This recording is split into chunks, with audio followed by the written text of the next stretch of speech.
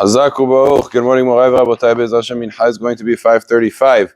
The learning today is Zeilu Nishmat Avram Ben Tzipora, sponsored by Eddie Kaziev. Hazaku Baruch. I'd like to make an honorable mention, Baruch Haba, to Rabbi Moshe Harari, who is here, Shem Yishmereu V'Hayeu, and also to our Hatan, Chaim Yitzchakov, who just exited the Sheva Brachot and now is starting a life, Baruch Hashem, together as a married couple, him and Hadas. Hashem Yishmereu V'Hayeu, Bez Hashem Yishbi to build a Beit Ne'eman B'Yisrael.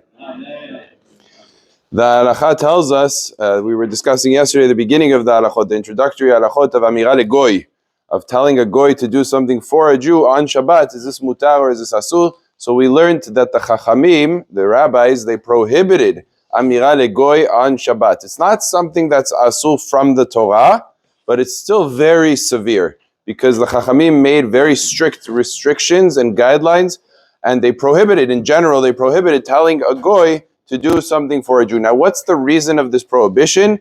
The Rambam says, very simple, because if you allowed a non-Jew to do things for you, then Shabbat would be very light.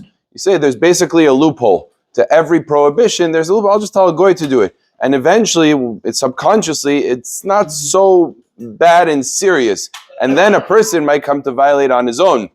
If I could tell a goy, then I'll do it myself already. And then the whole Shabbat gets undone and unwound. So that's something that the Chachamim restricted. That's reason number one, is the Rambam's reason, so Shabbat won't be light in people's eyes. Reason number two is there is a concept of shlichut, sending a messenger. There's a concept of the Torah called sending a messenger, that the messenger is like the person himself.